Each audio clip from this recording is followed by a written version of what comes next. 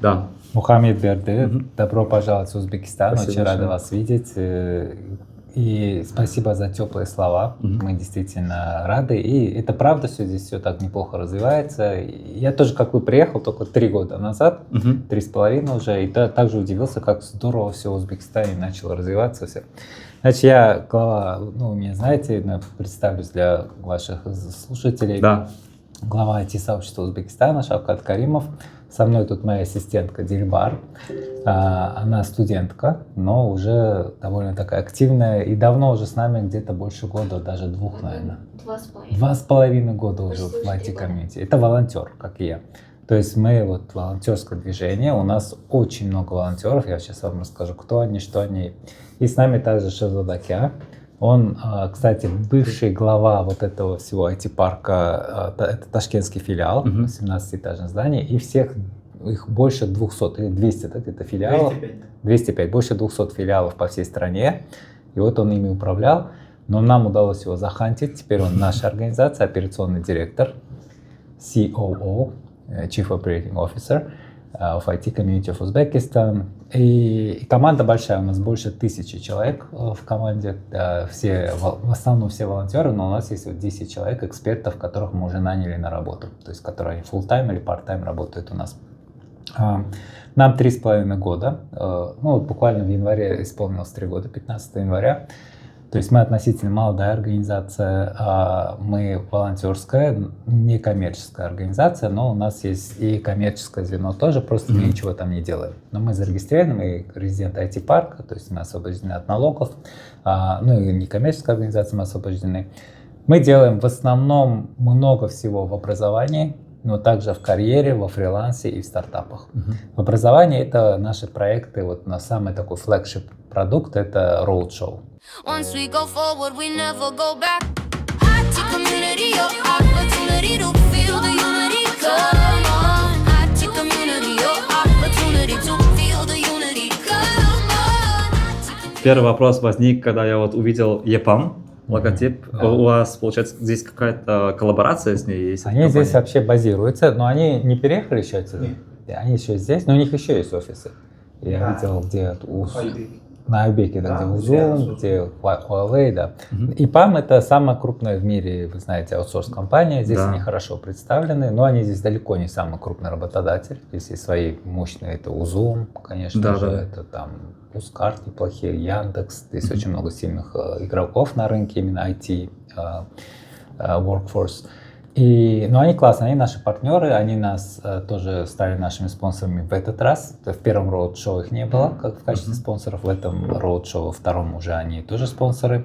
У них есть прекрасная платформа обучения, называется EPAM Campus, и у них есть свое сообщество, тоже называется Rolling Scopes. Я на самом деле следил за этой компанией еще в 2021 году. Ребята также давали подкаст различным российским, получается, аккаунтом, YouTube-каналом, и следил, они рассказывали про веб-девелопмент, развитие этой веб-разработки. Оттуда я их знаю, и в целом удивился снова это увидеть, логотип увидеть. Они есть большие, у них там было в свое время чуть ли не 850 сотрудников. Сейчас поменьше, в связи с тем, что они тоже сокращают, AI, все такое, понятно, что меньше и меньше. Но они хорошие ребята, Ренат здесь главный, наш друг большой. Самый крупный наш партнер это Узум. Узум это местный единорог, вы о них слышали наверняка, они уже $1,5 миллиарда стоят как valuation, оценка компании. И они прям сильно, больше всех они нам помогают, нашему комьюнити. Вообще секрет сообщества это, конечно же, в том числе и большие партнеры, потому что невозможно вырасти самостоятельно. Как раз таки, вы сказали, что вы не коммерческая организация. Да. Большой вопрос, как удалось до такого уровня развить эту комьюнити? Организуете ивенты, ездите по городам. Как происходит, во-первых, изначально это развитие, как нужно создавать и как получать дальше спонсорство, чтобы развивать этот проект еще лучше? Расскажу. Значит, начинали мы как очень маленькое, небольшое такое движение. Нас было 8 человек. То есть вначале мы 30 человек волонтеров собрали. из них 8 осталось. Мы взяли их на 3 месяца, и мы сказали: ребята, ну, у нас денег нет, мы можем, вот у нас есть IT-парк, который дает помещение, помогает там, может, немножко объявления дать, что вот нужны волонтеры, и все, и больше у нас ничего нет. Есть я, который вот энтузиаст. И мы думали, вряд ли кто будет долго с нами. Мы взяли там, сказали: окей, на 3 месяца приходите к нам волонтерами, и лучшим из вас, 3, мы дадим работу в IT-парке. Самым лучшим. И мы думали, это сработает, потому что IT-парк солидная организация, люди захотят. И да, к нам обратилось более 80 кандидатов. И мы проводили групповые интервью, вот так вот, в таком примерно зале мы сидели. Мы дали 6 дней и сказали: пожалуйста, в любой из дней приходите, вот со стольки до стольки, группами. Это групповые интервью. Люди приходили, кто-то онлайн был, кто с регионов или за границей. Мы вот так прямо одни и те же вопросы задавали каждому. И так мы отобрали из 80 30 человек, самых-самых классных. И это, мне кажется, послужило успехом, потому что мы собрали прям классных людей. А это кто был целевой аудиторией? Примерно возраст так? Да, вообще никак не ограничивали. Мы сказали: вот приходите все, кто хочет помогать, потому что мы не знали, кто нам нужен. А где вы это все объявление? Вот в эти парки. Мы давали онлайн. Ну, у меня довольно уже тогда был раскрученный свой профиль, я везде дал, там, IT-парк дал, и как-то люди стали собираться. Очень многие, кто пришли вот из этих первых 80, там были подписчики мои, какие-то знакомые, приятели. Вот Юлия Иванова, она моя подписчица, очень сильно у нас по контенту был человек, она прям в Фейсбуке моя подписчица была, там, Зилова тоже из Фейсбука, кто-то из LinkedIn, очень много из LinkedIn, с Инстаграма, там все. И люди пришли, и мы стали отбирать, вот мы отобрали 30 человек и сказали: ребята, вот 3 месяца, через 3 месяца лучших 3 берем, и мы начали работать. Кто-то отвалился, да, потом постепенно вдруг кто-то позже добавился, ну, примерно в этом диапазоне. Через 3 месяца мы потеряли всех, потому что все сказали: ну все, вот мы поработали, все нормально. Мы выбрали лучших 3. Одного на контент, другого на PM и 3 на дизайн. Кстати, это все были девушки. Одну, точнее. Там Юлию мы взяли на контент, Шахисту на PM, Эргашеву, и вот в дизайне у нас Жасмина была. И все. И мы думаем, что-то мало нас как-то, я и 3 человека. А почему вы остальных убрали? Что случилось? Да, мы не убрали, мы сказали: как ну все, закончились условия, ну и какой смысл дальше бесплатно нас пахать? Но потом оказалось, что кроме этих 3 еще 5 человек остались. Сказали: а можно мы продолжим? Там вот Карина была, еще там девочки, парни. Мы сказали: конечно, можно. И вот Ахмат тогда был, там, Зафар, ну, эти имена никому ничего не дают, это они, если посмотрят, будут Они посмотрят, да, увидят. Да, привет, можете в комментариях потом написать. Привет, ребята, да, они с нами до сих пор многие. И, в общем, вот 8 человек, мы стали дальше работать, и мы потом стали периодически объявлять, что: ребят, нам еще нужны волонтеры, и стали добавляться. И каждый раз, когда мы делали анонс, мы начинали вообще каждые полгода анонс, потом мы сократили, слишком много стало, мы стали раз в год делать, и вот сейчас примерно раз в год мы делаем анонс такой большой, Call for Volunteers.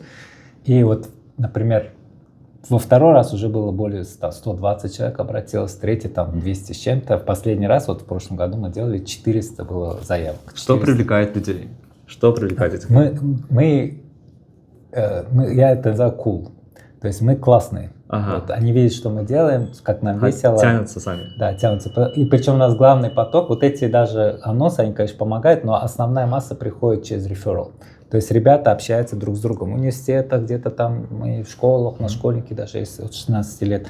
В организациях они рассказывают друг другу, что мы делаем, как было круто там на таком-то ивенте, на другом.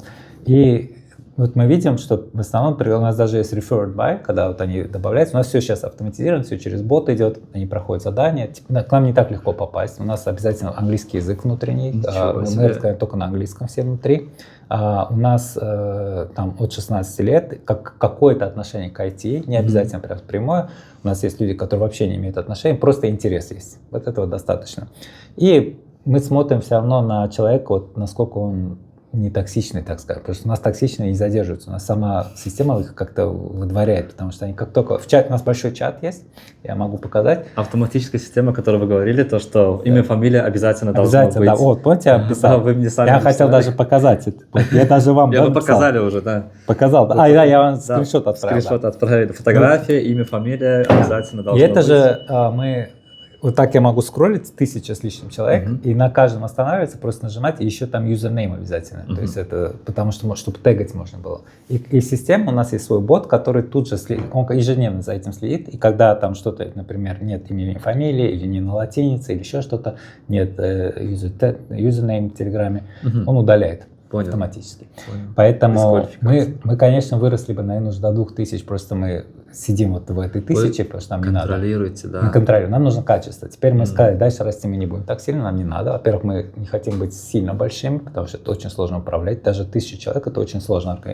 управлять, потому что люди, ну, как правило, становятся быстро пассивными, когда у них нечем заняться, а у нас нет столько работы для всех. У нас есть активные волонтеры, там человек 150, наверное, таких прям классных, которые везде с нами, везде участвуют. Из них вот топ-40 попали сейчас, вот, как Дильбар, в роуд-шоу. Это core team, мы их называем, они прям повсюду с нами. Сейчас вот в Жизак мы поедем буквально 7 марта. Вот я звал, жалко, по времени не Спасибо большое. Вам бы понравилось, это прям такой ивентище.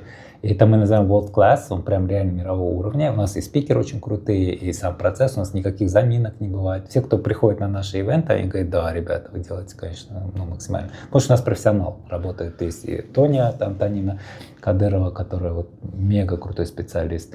И вся команда, все, которые у нас, и волонтеры, и мы, и там руководство, и сотрудники, это мега крутые ребята, я думаю, лучшие из лучших в нашей стране, поэтому мы делаем все хорошо, качественно, и людям нравится. И это привлекает людей к нам новых, потому что они видят, сравнивая с другими, вот там делают сейчас стартап роуд-шоу, там ребята из IT-парка взяли почему-то наше название.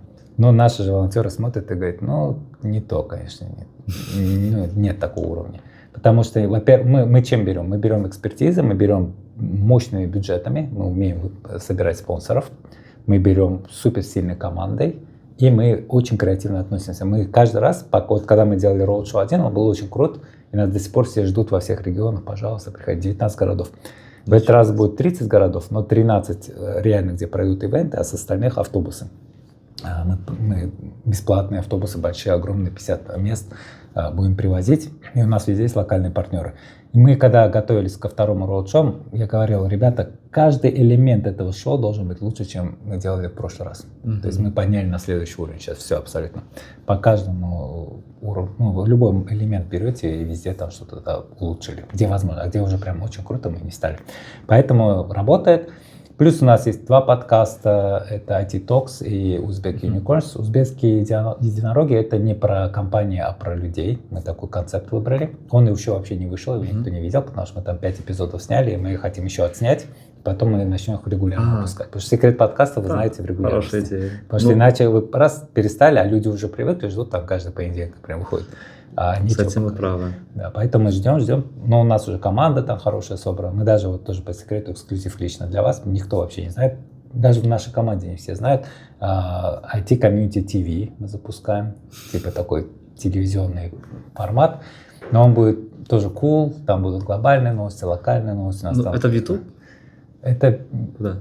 Это в YouTube, да, скорее всего, будет. Да. Но мы вообще видео наши ставим везде, стараемся. Потому что LinkedIn, он тоже, кстати, видеоформат, Instagram, видеоформат прекрасно идет, и даже Telegram. Но, конечно, основной наш канал в YouTube, где подкасты.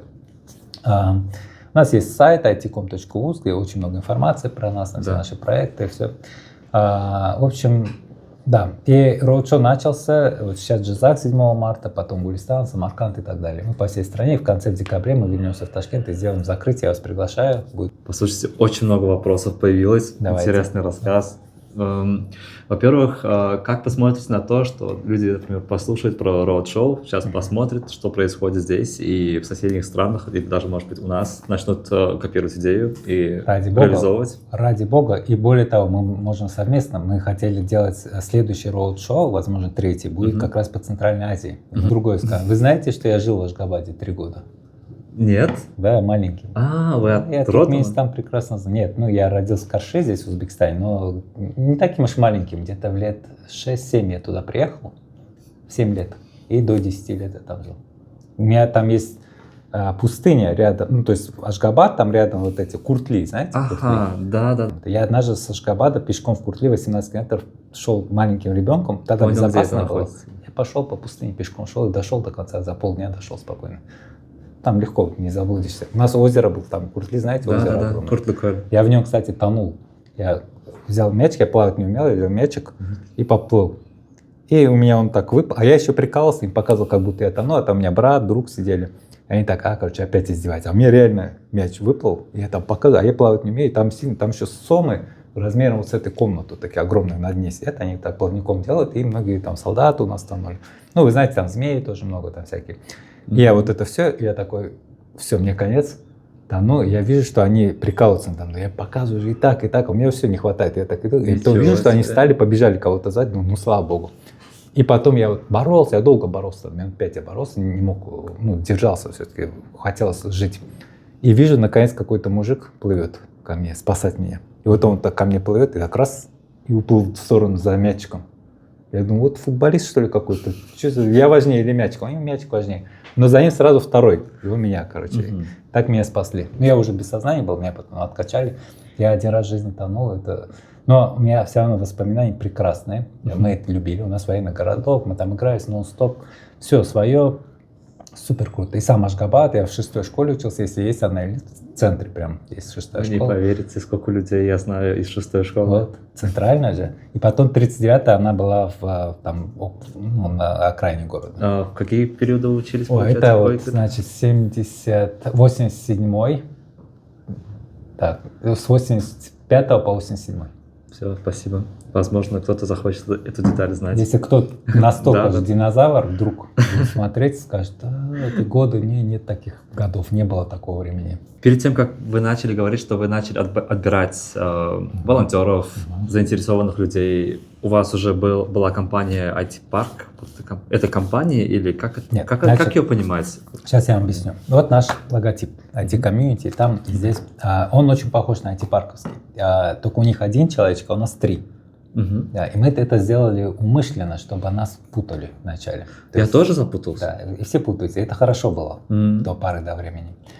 Потому что нам открывались любые двери. IT-парк огроменная организация. У них вот есть, видите, вот там карта Узбекистана, Мгм. и там ее потом можете снять, там показать.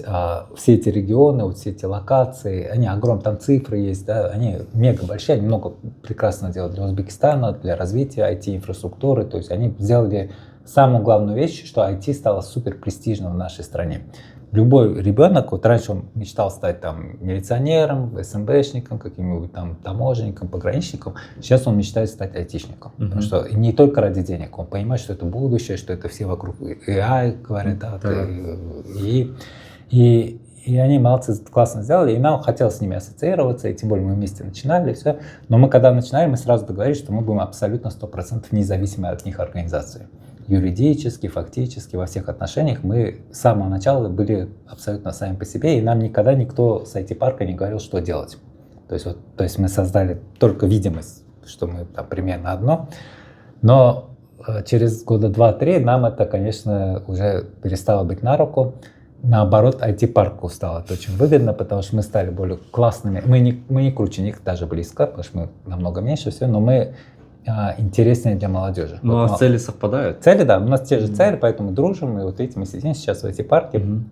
хорошие наши партнеры, но из-за того, что нас очень любит молодежь, к нам идут, с нами долго. Кстати, вот эту историю я не закончил. Мы думали 3 месяца, а люди стали дольше оставаться, и сейчас вот из Зильбар, который 2,5 Да, года с да, нами. вот самое Да, интересное. есть у нас ребята, которые вот с самого начала, там их мало, но они не такие активные, как Зильбар. Ну, честно сказать, я сам, как только начал как-то вовлекаться в эту IT-сферу, я был студентом, тоже был на 2-м курсе, когда я увидел, как Google Developer Group там делает какие-то ивенты, хакатон был у нас был, получается, как DevFest, в котором Да, идет спикер. большие, да, Даже не большие. DevFest, мини какие-нибудь презентации были про AI. Да. Ребята приходили, студенты с Кореи, наши же граждане, просто с Кореи приезжали, с Германии приезжали и рассказывали, чему они там научились в университете, какие проекты делали. Это было интересно наблюдать, потому что, по сути, это наши сверстники, ровесники. Да. И ты видишь, что, да, они, во-первых, они что-то делают, и они этим умеют делиться. Да, это И круто. и это все меня затянуло, и я тоже начал заниматься, работать, и с Морал, получается, мы чуть больше времени, получается, начали коллаборировать, и сейчас я помогаю в организации ивентов Google Developer Group. Мгм. Ну, хотя бы стараюсь, потому что все равно большую часть задачи выполняет она. Пока еще. Она тоже... Я стараюсь по технической части немножко помогать, там что-то подключить, добавить, и чтобы все работало, никаких проблем, У траблов вас не в было. прошлом году очень круто вы провели, я знаю.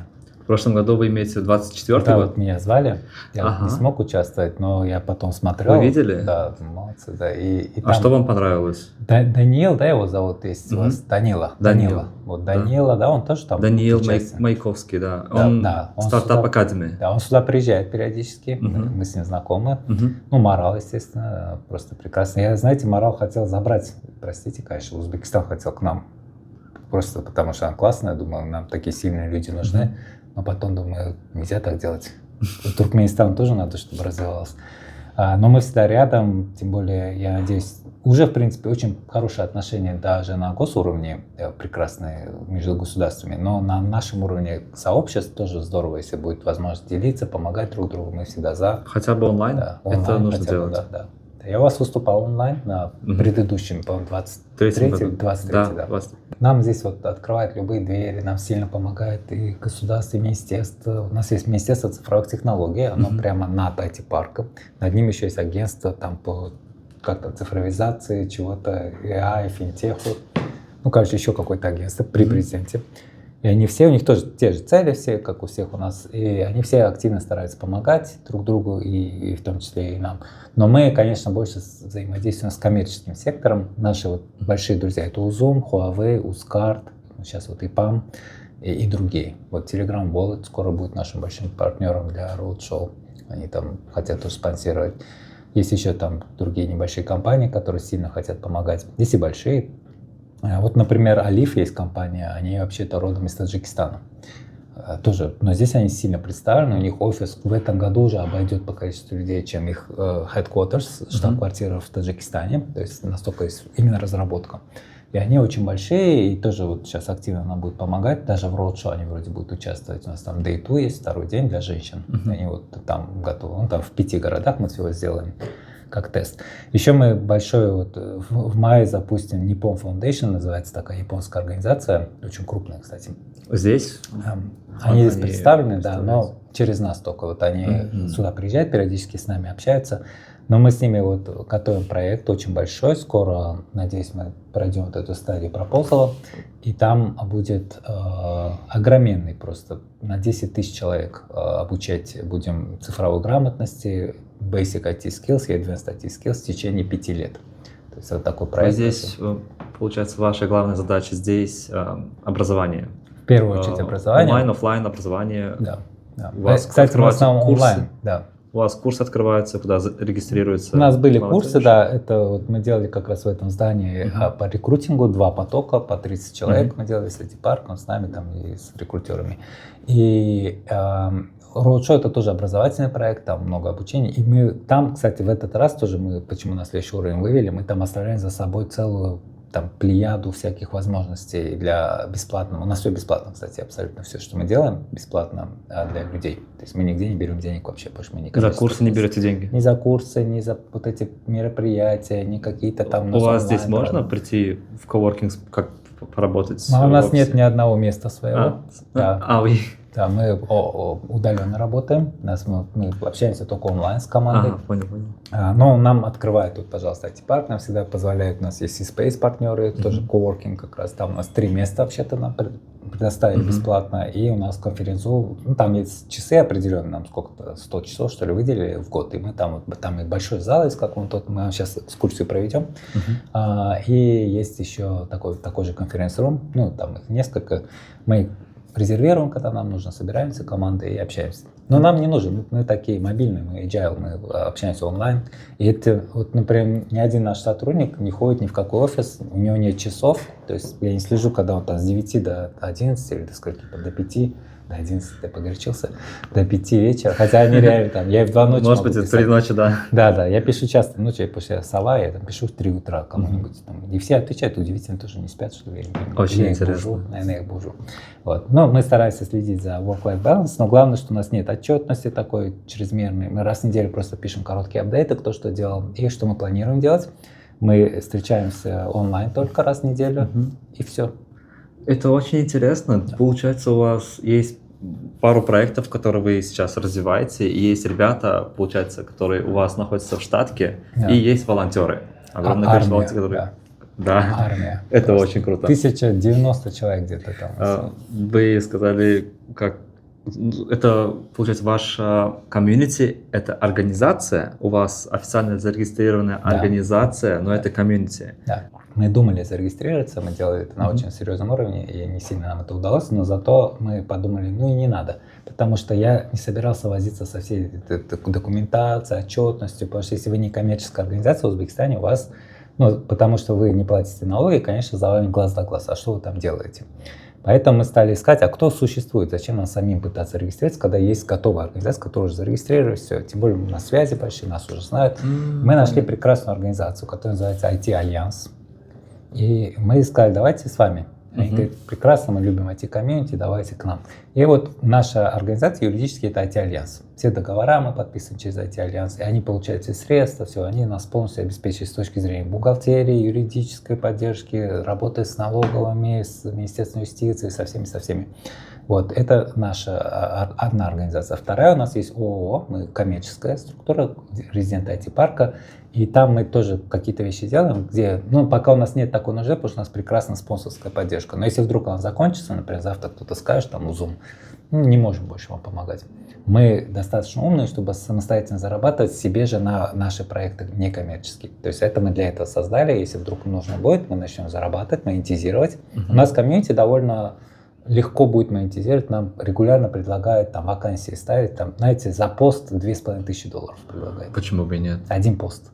Да, а мы можем регулярно эти посты ставить. То есть мы можем себя обеспечивать, Да. но нам не нужно, у нас прекрасные есть доходы от спонсоров, потому что мы не хотим уходить в операционку слишком глубоко, потому что наша задача главное развивать IT, делать вот эти бесплатные вещи полезные. И второе, вот первое это образование, второе это карьера. То есть мы делаем демо-дни. Демо-дни это мы вводим в разные компании наших волонтеров, показываем, как там Демо-дэй работается. Да.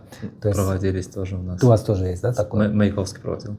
Да, потом мы делаем Future Leaders программы, где вот здесь прям в основном мы обучаем наших ребят, тоже не сильно популярно, почему-то волонтерам не нравится ходить, но мы крутых находим таких экспертов, привозим, показываем. Вот сейчас у нас будет парень, который co-founder of Skyeng, российский, если знаете, Skyeng, ну это единорог, они $200 миллионов в год зарабатывают, то есть это очень серьезная компания, и он сооснователь. Сейчас у него свое, называется UForce компания, Денис его зовут, вот мы с ним будем делать в ближайшее время. Мы хакатоны проводим. Мы провели недавно самый крупный хакатон в истории Узбекистана. 1450 команд участвовало. Команд, не людей. Онлайн. Нет, там частично был онлайн, но финал был офлайн. А где? Да, офлайн. Какой спейс? Агробанк. Не, мы всех их не Чтобы звали. поместить, Нет, там были этапы, там было 3 этапа. Мгм. Например, до первого этапа добралось 459 команд, до второго 133 команды, Понял. и в финал 50 команд мы позвали. Агробанк наш партнер был в то время, мы у них прям огромный есть зал, ну, там огромный все равно зал был, и мы там вместили человек 250-300, сколько было участников. Можно, пока мы далеко не ушли? Да. Вот у вас спонсоры есть, вот Узум, вы говорите. Да. И какая выгода Узум, чтобы что заставляет Узум спонсировать вас, помогать вам? Просто чтобы помочь вам развивать IT, или они хотят кадров тоже получить? Абсолютно классный вопрос, действительно, потому что я на него должен всегда знать ответ, когда я с ними общаюсь. А я общаюсь со многими компаниями и всем говорю, спонсируйте нас, помогайте нашим проектам. В основном это на конкретные проекты. Да, вот, например, на подкаст, там у нас есть платформа одна, мы там развиваем UZ Hub и так далее, и так далее. И главное, конечно, у меня там среди аргументов, что, ребята, вам это будет здорово для построения не бренда, а бренда работодателя. То есть их бренд настолько известен, что мы своими скромными ресурсами не сможем им там, чтобы Узум больше знали. Узум все знают. Потому что в Узбекистане нет человека, по-моему, который не знает, что такое Узум, не пользуется их услугами, там, какими-то доставкой или там маркетом и прочим банком. Но как работодатель, да, потому что молодежь, именно во всем мире, кстати, это тренд, и в Узбекистане тоже, они уже не идут просто там, где больше платят, они смотрят, что эта компания делает для вообще мира, для улучшения жизни людей. Вот я не знаю, вру я или нет, как либо вы так смотрите на компании, как вы смотрите, когда идете на работу вот на компанию. Вам же не важна только зарплата там, или какие-то условия, бенефиты. Вы смотрите на социальную составляющую, да? Новое поколение. Эти Generation Z, да, Gen Z, следующие, там, Альфа, они уже другие. И компании это начинают понимать сейчас. Они тоже понимают, что если они не будут делать что-то социальное, что-то полезное, и ESG там, и так далее, если эта повестка не закрывается, то они начнут терять кадры. То есть люди будут, когда заканчивают там университеты, они будут смотреть и выбирать тех, кто они слышали, я был на каком-то классном ивенте, и там был спонсор Узум. Или Яндекса не было, а у него выбор Яндекса, у него 2 оффера, например, очень крутой, конечно, Узум. Или наоборот, может быть, вот Яндекс нам не сильно помогает, поэтому Яндекс никто не пойдет, а Узум приходит.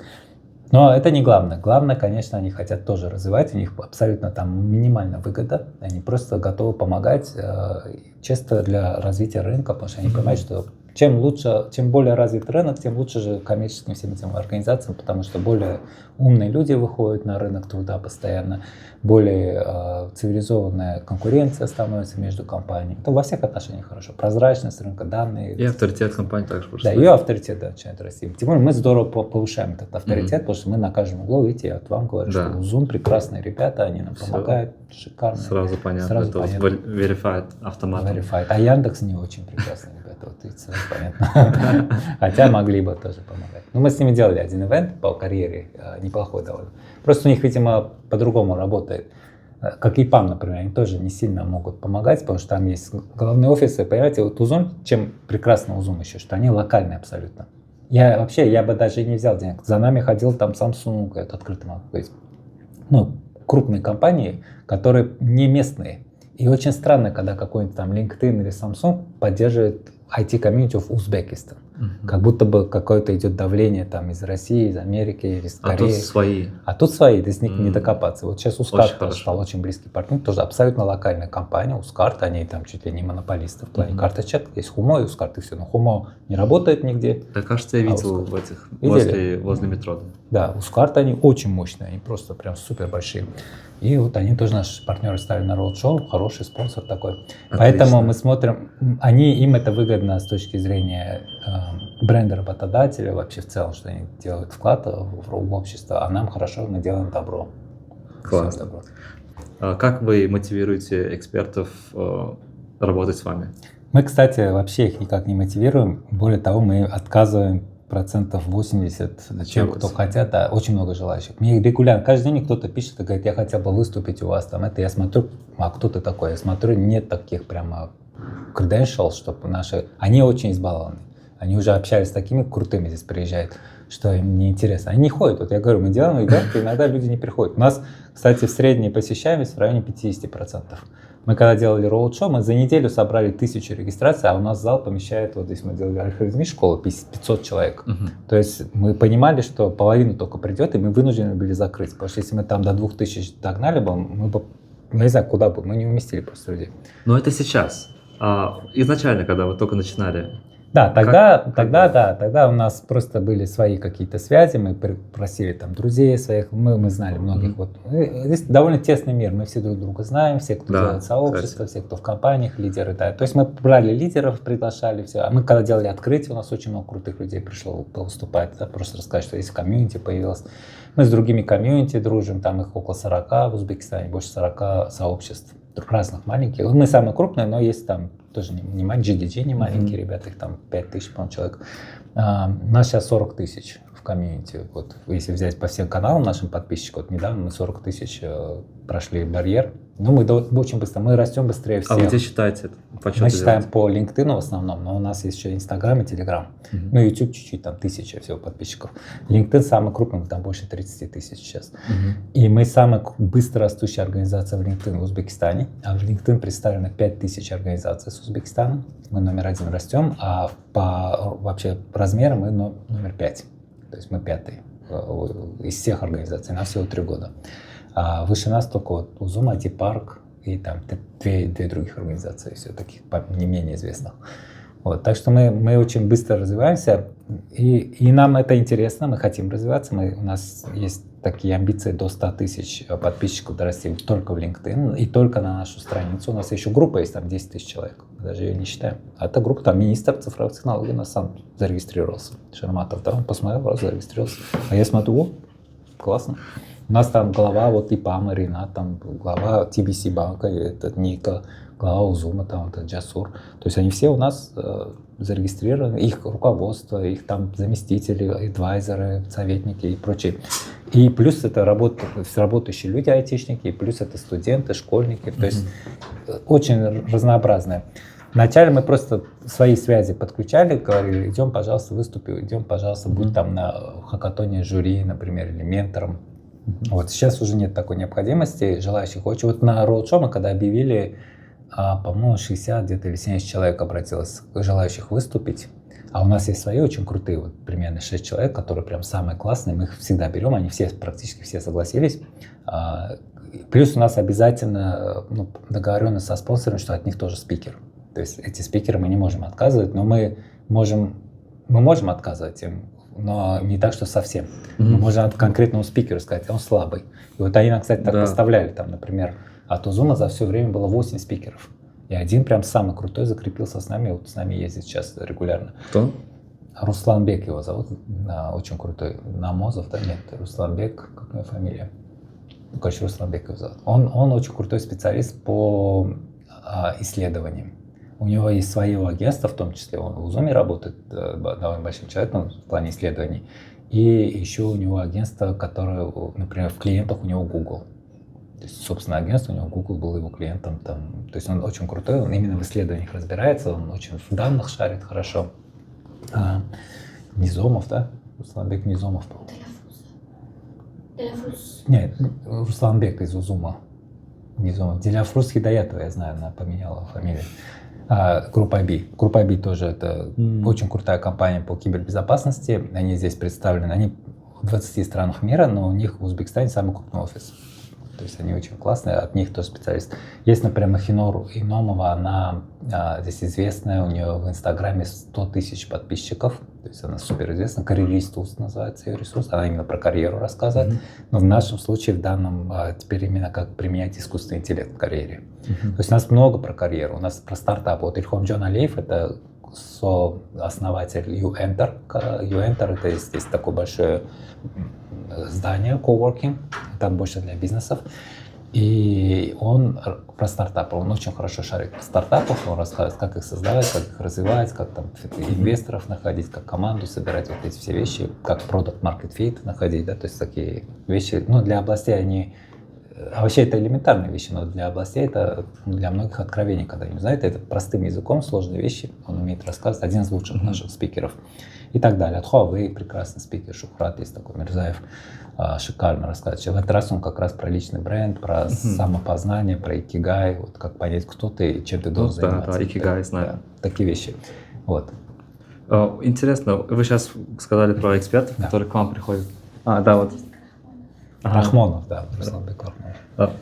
Эти люди, спикеры, которые к вам приходили, теперь мне интересно, вот ваши ребята, ваши волонтеры, кто у вас работает, кто с вами растет, получается, со студенческих времен, они, есть ли какие-нибудь success stories, когда они уже вышли и где-то уже развиваются, может быть, в более крупной компании, может быть, в каком-то big tech? Очень много таких ребят у нас, которые устраиваются где-то самостоятельно, где-то благодаря нам, где-то в университет очень крутые попадают. Но success, я считаю, самый главный success — это те, которые к нам попадают на работу. Мы, кстати, из 10 сотрудников 5 — это наши бывшие волонтеры. То есть это люди, которые год, полтора, два там очень здорово работали. Они уже понимают структуру. Да, мне нравится, что первыми, куда они смотрят, когда они думают о работе, это мы. То есть они мне пишут, вот, например, есть там Роман Колесов. Он закончил университет, ITP, он номер 2 в этом университете, то есть там у них рейтинги свои, он настолько крутой, что он там 2-е место занял за всю историю, там 3 года учился, получил там бакалавра, и он... Когда закончил, ему прилетел сразу оффер из Америки, хороший оффер, и он сказал: Шавкат, так я уеду, наверное, в Америку, но, честно говоря, я хотел бы у вас работать. Можно ли, если у вас вакансия или что-то, вот, потому что я закончил университет, я теперь все равно буду где-то работать. Ну вот у меня прям присылает оффер, говорит, это... Я говорю, ну мы можем матч, мы можем такой же, мы не можем больше дать, потому что не коммерческая организация, но такой же мы тебе дадим. Согласен? Интересно. Он говорит, согласен. Все, и он у нас работает уже вот наверное, год, наверное, сколько он уже, в лидершип сразу попал. Он самый молодой у нас в лидершипе, ему 24, что ли, года всего. А у нас обычно все такие постарше, более опытные. Вот.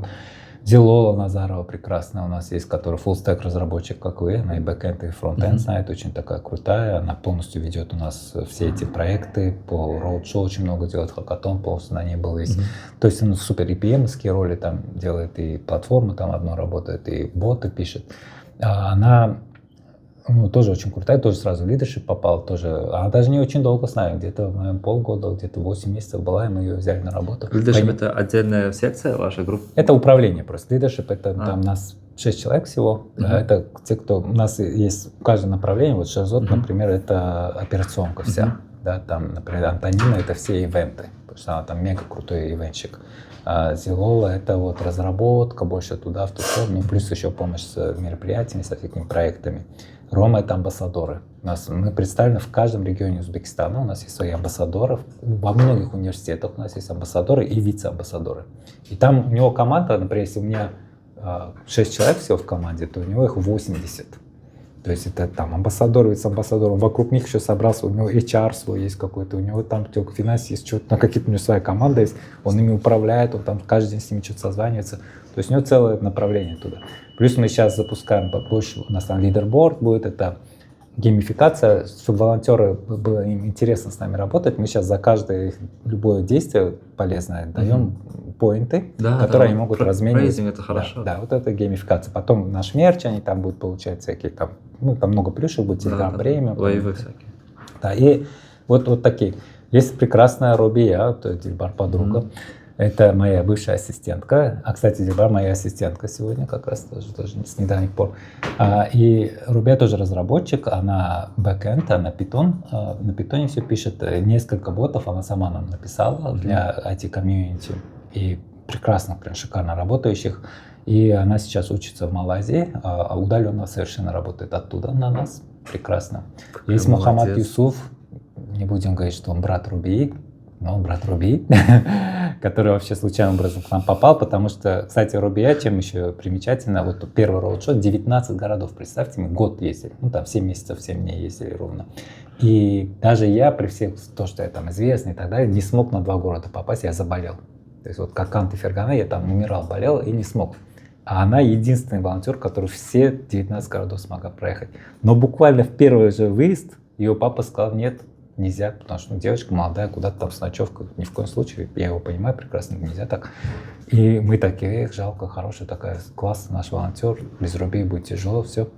Она сама нашла решение, и папе говорит: а если мой брат с нами поедет, можно? Как говорит, интересно. Если с братом, то можно. Как интересно. И они к нам приходят, ко мне, говорят: вот там брат есть какой-то туда-сюда. Я говорю: не, вы что, там такой конкурс был за эти места, роуд-шоу, да, там все дрались, там у нас даже в этот раз 122 человека обратилось, мы из них только 25 человек взяли, плюс 15 стареньких, которые суперсильные, вот на 40 человек команды, и то все не смогут ездить. А тут какой-то брат там что-то, я знать не хочу даже. Ну, пожалуйста, уговариваю, я говорю: ну давайте посмотрим на него. Посмотрели, он оказался просто супер крутой. Как круто. Классный, да, такой супер классный. И он с нами стал ездить, тоже такой активный стал, все. И потом он тоже говорит: вот а он дизайнер оказался очень крутой. А у нас именно нам дизайнер нужен был в этот момент. Он говорит: вот я буду искать работу, что я говорю: о, давайте к нам. По сути. И он тоже волонтер, который стал, при этом, да, там брат, все, но он сам по себе абсолютно заслужил это место. Он прям, мы счастливы. Весь новый дизайн вот этого роуд-шоу, который мы сейчас делаем, он крутой, прям классный, бейджики шикарные, там, ну все там по мелочам. Фотозоны, роллапы, это он все дизайн сам. Талантище. Классно. Получается, вы его раскрыли, эта поездка, и в целом, как он вошел в это таким случайным образом, вы раскрыли талант, и человек стал работать, да, в этой Но сфере. самое здесь важный очень момент. Мы знаем точно, вот такой, как Юсуф, там, Рубия, там, Шерзодакия, там, прочие, они все, абсолютно все, каждый, кто у нас работает в найме, я знаю точно, при желании они в 2 раза больше денег будут зарабатывать, если они захотят где-то в другом месте работать. То есть я счастлив, что они к нам приходят и зная, что даже оффер прилетает. Вот Шерзодакия, я не буду говорить откуда, что это тайна большая, но в 3 раза больше предложили зарплату, то, что мы обсуждали, в Узбекистане, на очень большую роль. И он отказался. Ну, и отказался, не отказался, я не знаю, но вроде отказался. Или там в процессе рассуждений там это. Но я вижу, что он с нами, поэтому, наверное, отказался. Потому что там тоже долго ждать не буду. Да, вы же здесь, да, и все. Вот, то есть я знаю, они будут это в 3 раза, а в основном я знаю, в 2 раза любой из них получит зарплату при желании, если они будут искать, нет проблем. Но не уходит, потому что мы культуру создали. Я всегда говорю, культура съедает бизнес на завтрак. То есть мы создали такую культуру, в которой весело, в которой мы сами принимаем решения, нам никто не говорит, откуда ты вот так сделать или так. Мы очень быстро их принимаем. Мы, например, нравится делаем, не нравится, отказываемся очень просто. У нас шикарнейшая команда вот, молодежи, у нас очень молодая команда. У нас медианный возраст вообще в комьюнити, в нашей именно команде 18 лет. То есть настолько молодые. И мы, у нас задачи очень, во-первых, благородные. То есть тоже мало кто может похвастаться. Все пытаются денег заработать. Не всегда это благородно, иногда это даже вот эти всякие суды дают банки.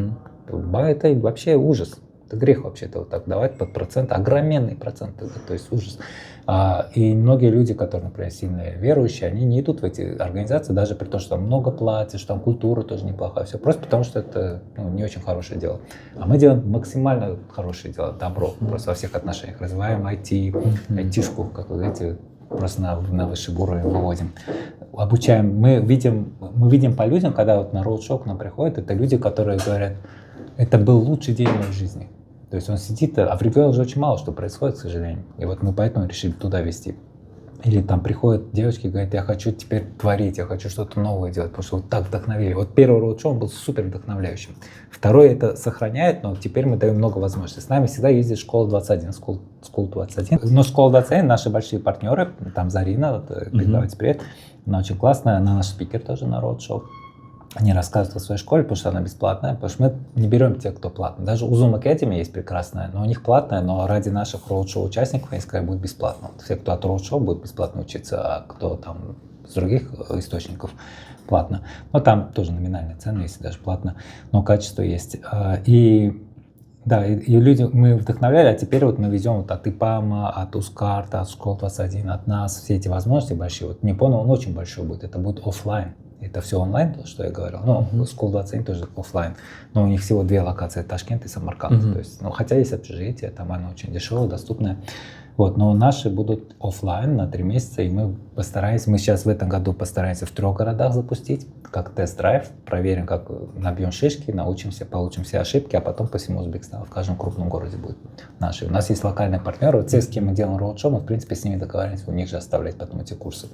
Да, всем желающим, все бесплатно, там, потом 3 месяца это грамотность цифровая, потом basic и advanced statistics. Для создания хорошего комьюнити, сильного комьюнити, и для того, чтобы это комьюнити добился успеха, вот какие можете выделить важные вещи. Я вот заметил, что я думаю, в первую очередь сам человек, который открывает комьюнити, должен быть известным, популярным, притягательным, харизматичным. Вот я на вас смотрю, вы можете это делать, вы можете притягивать людей, вы объясняете, как это важно, вы сами за благое дело. Также вот четкие цели, проработанный, также прописанный план, каким образом вы собираетесь, какие проекты вы собираетесь сделать. Допустим, вы будете делать хакатон, вы будете делать собирать, допустим, на какие-то там обсуждения, какие-нибудь мини-конференции, может быть, даже вне экспертов, вне всего этого.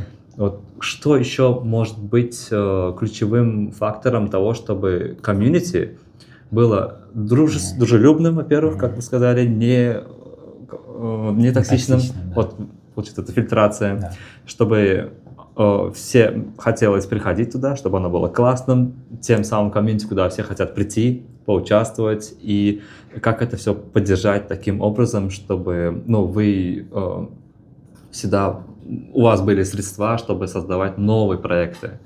Вот.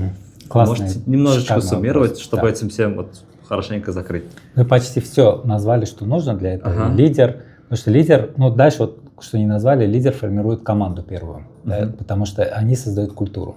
Если они там будут, например, я знаю, есть такое сообщество онлайн, называется «Родина». Это сообщество русскоязычных работников Microsoft, где я работал, там Google, Amazon и прочих. Там народ супер токсичный. Они мега умные все, потому что туда не просто попасть, но и там костяк, там человек 20-25, они прям настолько токсичные, что вообще комьюнити не маленькое, там 700 человек онлайн. они в формате Facebook-группы, но когда туда добавляются новые люди или просто там какие-то участники менее активные, если что-то говорят, их тут же начинают гасить. Типа, да ты что, не знаешь, да такие тупые вопросы не задавай, такое. Мы такое не позволяем. Мы на любой вопрос, у нас чуть ли не сразу несколько ответов приходит. Даже если элементарный вопрос, мы сразу говорим, это вот так, а это вот так.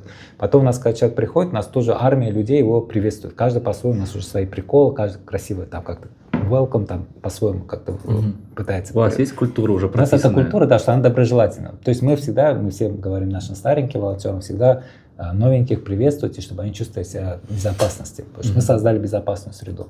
Второе наше достижение, у нас больше половины, 51% примерно сейчас девушки.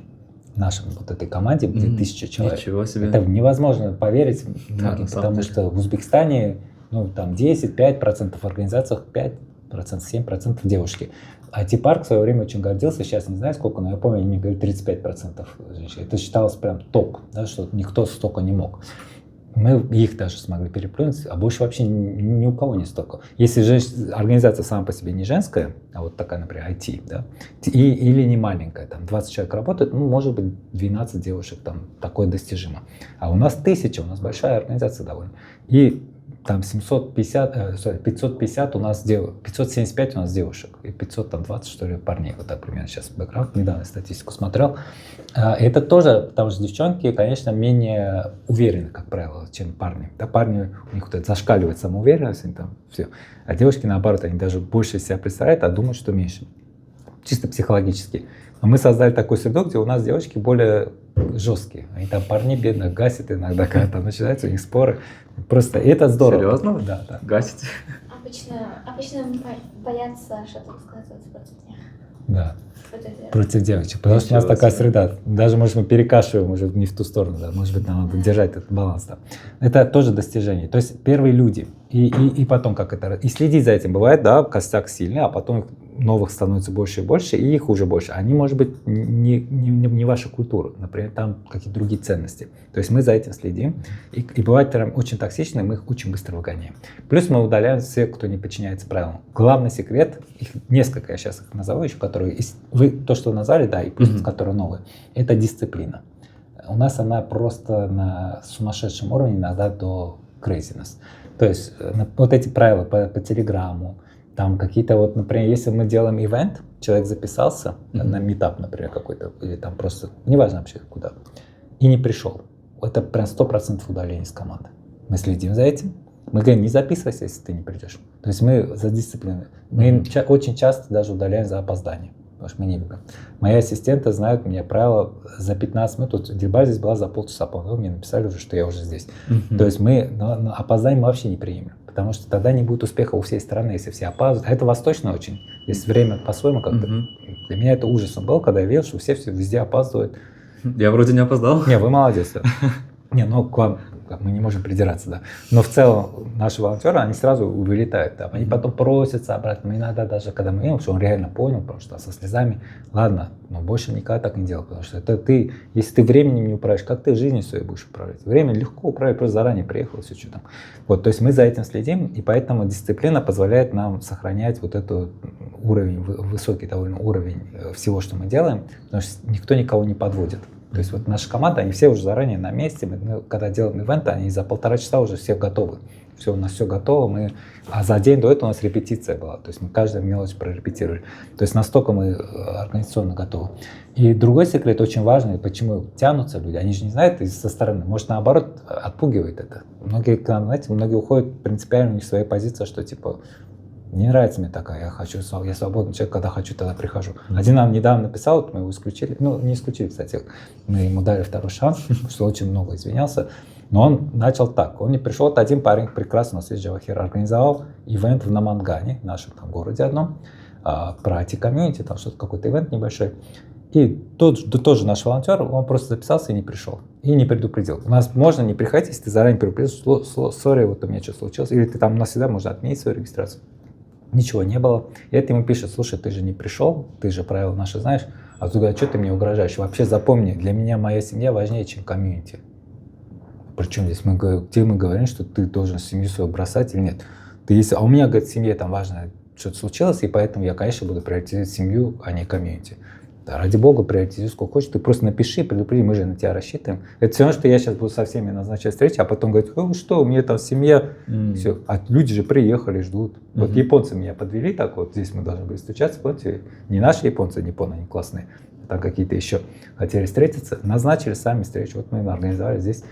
И они там за день написали, то они предупредили, они написали, что sorry, там это, но у меня календарь на 3 недели расписан, я это время мог бы как-то более продуктивно провести. Я принципиально отказываюсь с ними. Они сейчас просят встретиться, потому что мы большой будем делать ярмарку вакансий скоро, Job Fair.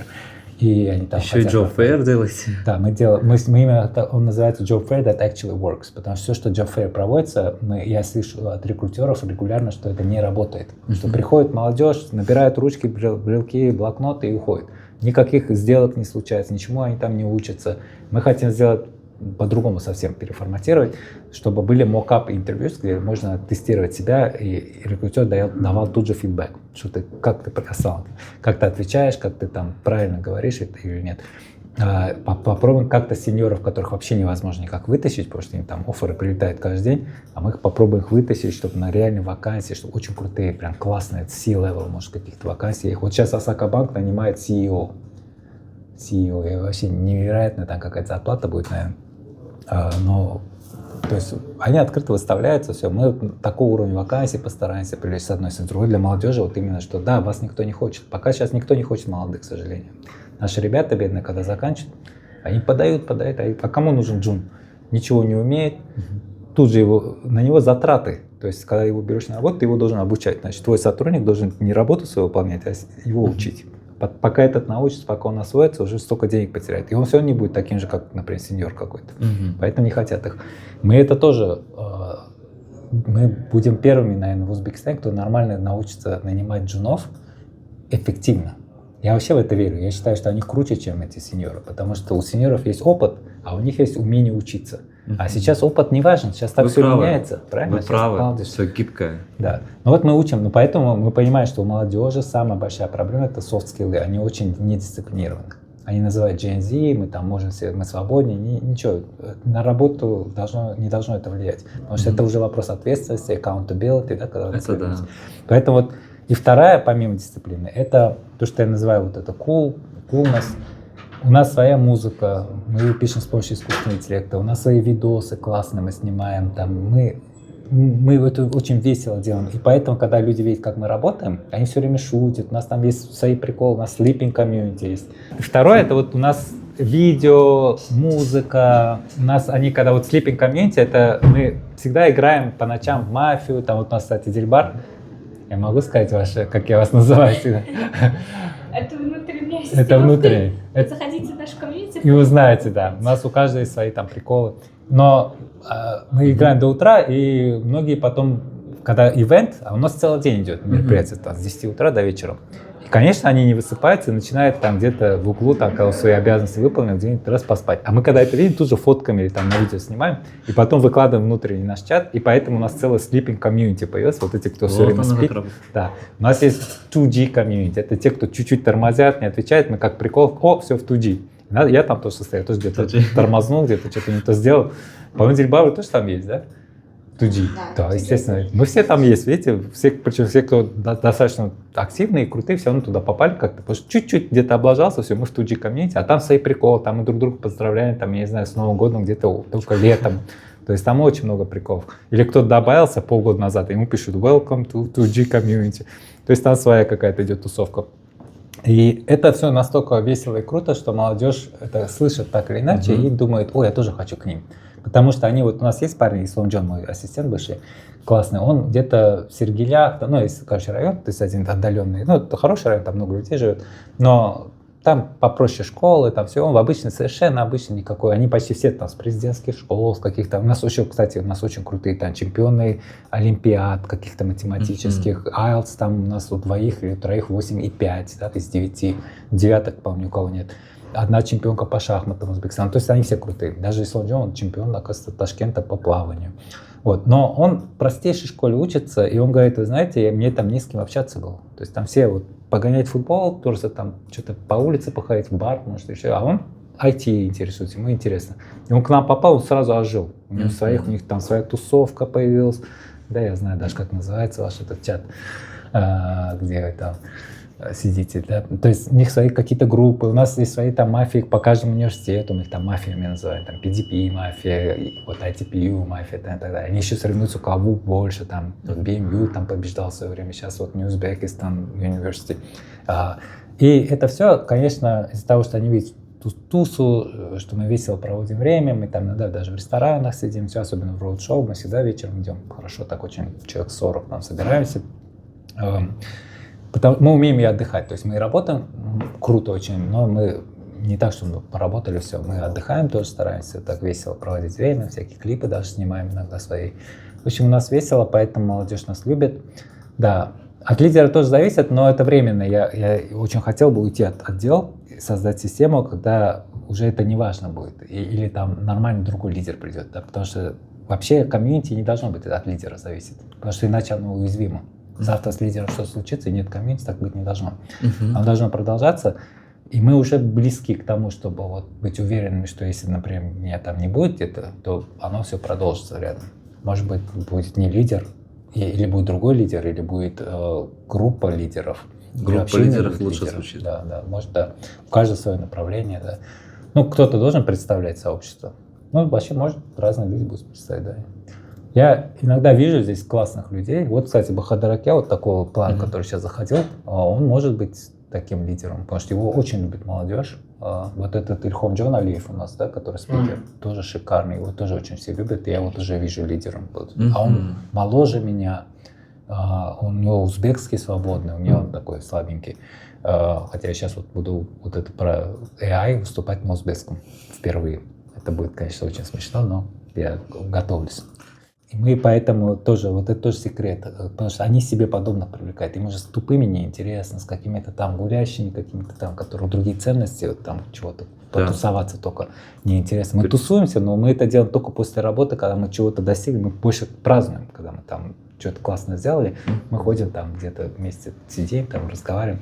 Спортом нашим многие увлекаются. Вот сейчас у нас целый спортс-клаб мы запустили, там вот футбол они провели чемпионат, ребята, и там мы провели по настольному теннису чемпионат среди айтишников здесь. Мы все время что-то делаем, конечно, у нас много всего. За 3 года мы много чего сделали. У нас есть сайт IT.com, где мы практически все туда сейчас ставим.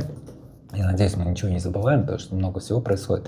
Мы даже, на самом деле, немножко уже перерабатываем и уставим. Ну, это у меня такое сложилось, что я чуть-чуть начал терять энергию, потому что слишком много всего. Какую-то паузу надо будет взять.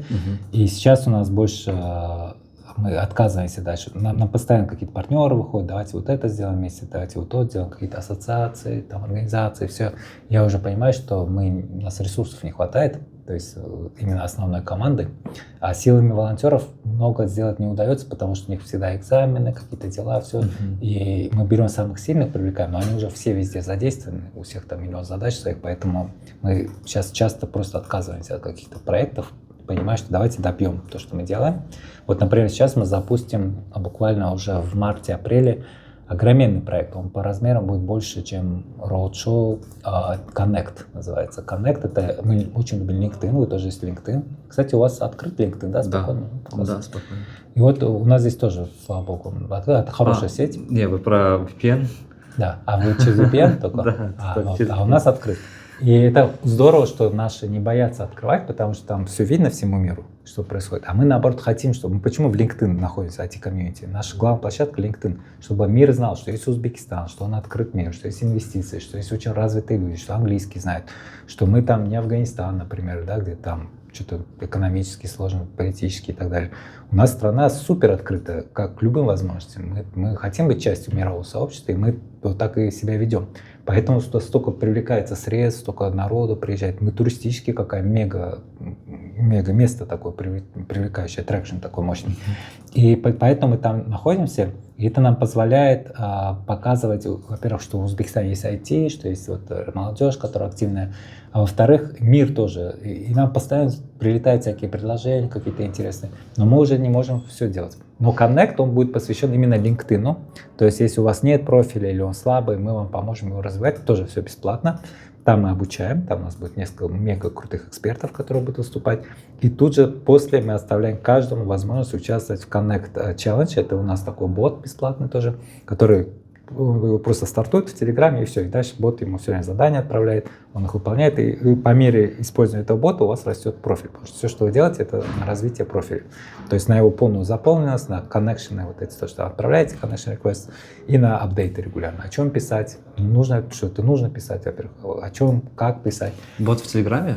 Он так Бот в работает, он Телеграме. интегрирован с LinkedIn? Он интегрирован, да, там есть, например, всякие, то, что вы там какие-то получаете, плюшки, типа сертификаты, вы можете раз одну кнопочку в LinkedIn поставить. Как удобно. Мы это реализовали, да, но из-за того, что Telegram самый популярный, здесь 90% взрослого населения использует, 70% всего населения, и там 99 даже, я бы сказал, процентов. Ну, нет человека, я не встречал, у кого нет Телеграма. В Узбекистане, не знаю, встречали таких людей? Я ни разу не видел, что Телеграм не пользуются. Да, такого нет. И взрослых дети какие-нибудь, они там 70% считают, что младенцы и там, может, старики, которые уже одной ногой, как говорится, в том другом мире, они, может, не используют. И то, скорее всего, используют. И младенцы тоже. Здесь все используют.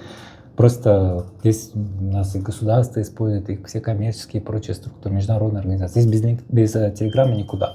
Но мы хотим. В Телеграме же не видишь, кто есть кто. Там вот эти у всех точки какие-то. Помните, я вам писал? Да, вы говорили. Какие-то арабская вязь, или там китайские иероглифы, или кириллицы написано. Почему? Именно латиница, именно first, или просто имя написано. Вот Мадина одна пишет. Но я откуда знаю, какая Мадина? У нас одних Мадин там штук 7. Даже в нашей команде. А девочек по имени Сивинч у нас 20 с чем-то, 23 Сивинч. Азизбеков там 16 или чего-то. То есть как я знаю, какой это Азизбек? Поэтому у всех фамилии. У нас даже есть люди, у которых и имя, и фамилия одинаковые. Две таких пары. И все там. По-моему, Азизбек, Убайдулла и какой-то Юсуф. И что-то там, короче, он тоже Азизбек. Вот таких двое. Вот как их, ну, хорошо, есть юзернейм, он всегда уникальный. Вот. А в LinkedIn не только это видно, а главное видна история работы, где работал, поскольку, да, времени там. Тем более как раз у миллениалов даже, и у, тем более Gen Z и дальше, у них очень короткие сроки, там 5 месяцев, 7 месяцев, вот такие у них. И это всегда red flag, почему так долго не работаешь? Но когда ты видишь, что это тренд, понимаешь, у всех так, они просто не умеют долго задерживаться в одном месте, молодежь. Даже с меня уже началось, а вот до меня, у меня там есть даже друзья, и там те, кто постарше, они там по 20 лет в одном месте работают. То есть это для них была норма тех лет. Там видно, какое образование, с кем ты там, кто тебя рекомендует, там, какие проекты делать. Там все классно видно, и это невозможно, если в Телеграме есть и боты, и какие-то спамы, и прочее всего, и там чего только нет, то в LinkedIn это крайне сложно. Там очень сложно ботами чего-то раскручивать, там все настоящее. Почему так трудно стать инфлюенсером именно в LinkedIn? Там, например, вот у меня почти 50 тысяч подписчиков, сейчас 49, там 300 или сколько-то. Это очень сложно. В инсте там может певица какая-нибудь или футболист очень быстро миллионы набрать подписчиков, просто потому что там визуально очень. А здесь интеллектуально. Здесь надо что-то такое делать и писать, Да. или делать в жизни, что люди будут подписываться. Вот это секреты. Дисциплина, креативность, команда, хорошая культура, и этого вполне достаточно. И работать много. А оно быстро не получается, надо просто понимать, что если вы начинаете, что это на годы, это не месяцы, и это будет, вот, это не всегда не так. У нас, если общий график посмотреть, он вот такой, но если внимательно посмотреть, вот так, вот так, вот так все время там падает. То есть будут моменты, когда, ну, нас, например, есть люди, которые хейтят откровенно, да, лично меня очень много хейтят.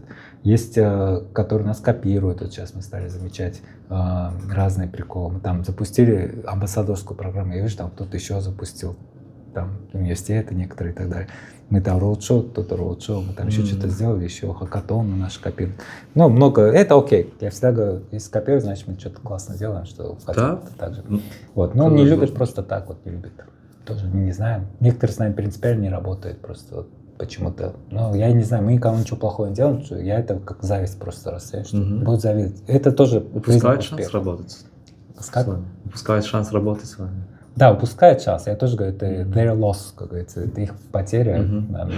Тем более у нас не хватает ресурсов все равно всех со всеми работать. К нам даже хорошая классная организация обращается, пока не хватает ресурсов. Мы и так много делаем. И из-за того, что, ну, вот я, например, волонтер, да, наша команда волонтеров, я всегда говорю, мы не обязаны никому ничего.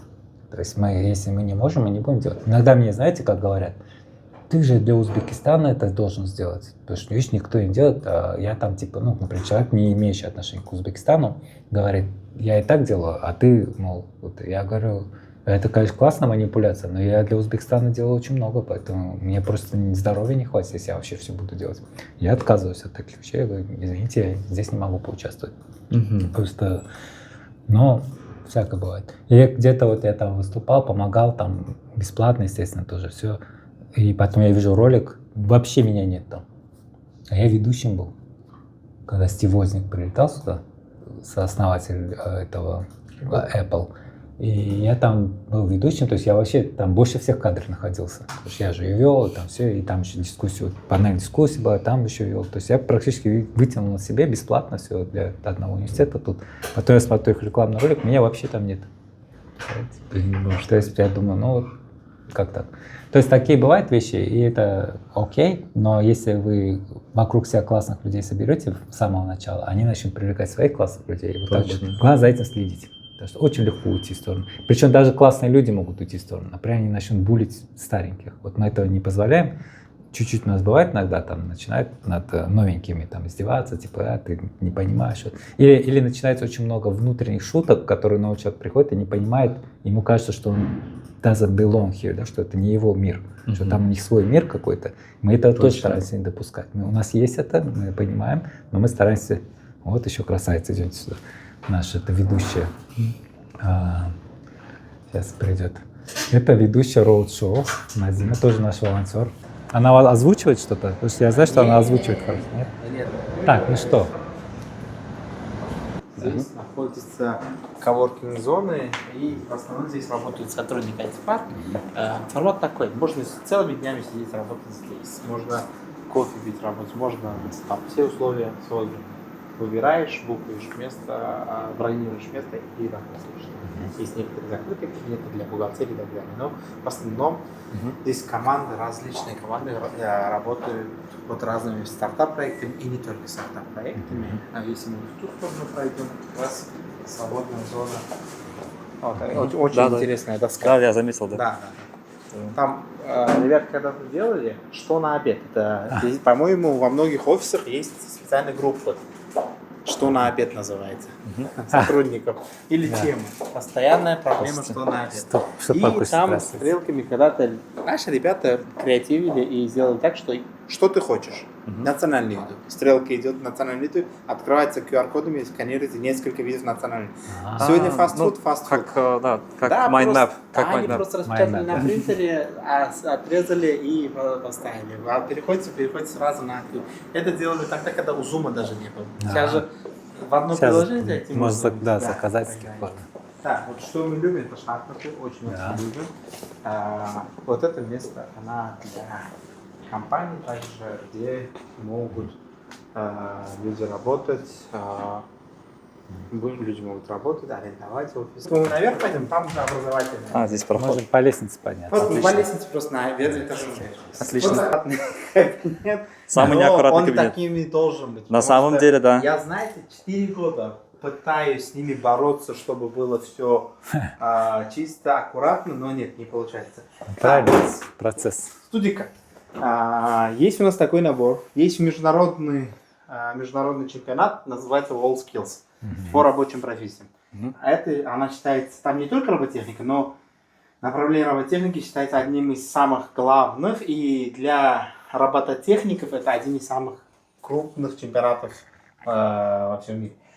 И вот набор Студика стоит, по-моему, 4000 евро. Вот этот ящик. Там выходят такие наборы. И в зависимости от это конструктор, в зависимости от креатива и задач, которые стоят, команды формируются. Со сборной Узбекистана мы впервые поехали в WorldSkills International, мы выиграли Центральную Азию, первое место заняли ребята с этими наборами, и впервые поехали в чемпионат мира по WorldSkills, это было в 2023 году, и из 84 стран мы заняли 17 место. В следующие годы мы заняли более высокие, по WorldSkills в Абу-Даби мы заняли 3 место, которое проходило. И вот ребята делают.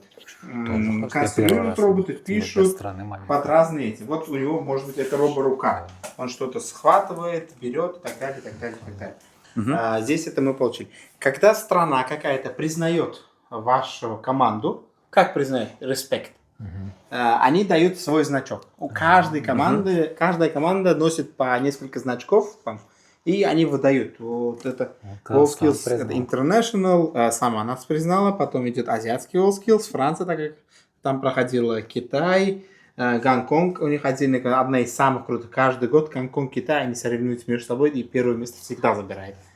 Вот все эти страны, которые признали команду Узбекистана, вот, наши братья Казахстан, когда мы потом на следующий чемпионат совместно ездили, участвовали, очень помогли нам. Они потому что начали немножко раньше нас. Но вот это мы получили в качестве признания, потом аккуратно положили в этот, и bunu Задание. не знаете, каким трудом я это добивался. Да. Вот, да, это тут. То есть кто-то Это реальная жизнь. незнакомый человек, Ну, неизвестный. тут его много, да. Его много неизвестного человека тут. Да. Вот еще. Музафар Акян, вы имеете в виду, да? Не, я вас, конечно. Вот еще. В общем, здесь дети от 7 лет до Да. от 7 лет до Эмити, 35 лет. Не только дети могут Когда прийти он там и- оказался у вас? Когда? Это что? Эмити, это же Дильбар это университет. 2-3 года назад я выступил. Да, Жигули, знакомое место мое А, учебное да. заведение. Мгм. Вот, это тоже. Здесь тоже. Интересно. Да, тоже Эмити. Давно я у вас не был там, кстати. Надо на ивент какой-то провести в Эмити. ITPU, IT Park University. Да. Поэтому ноутбуки доставили. Уже с на следующей неделе соберем ноутбуки, и тут будет уже коур-зона. Очень много будет менять, ставить. Вообще там есть здания, вот в некоторых из этих зданий там лифты, например, тестируют. Знаете, вот лифт тестируют. Здесь очень много. Там какая-то дорога железная проходит. Вон там справа, если вам видно. Да, То видно. есть там она вообще-то даже функционировала такой территория, потому что вот эти все контейнеры они возят. Как здесь технопарк рядом. И здесь же школа Аль-Харизми есть рядом. Целая бесплатная, кстати, медицинская школа. Очень крутая там.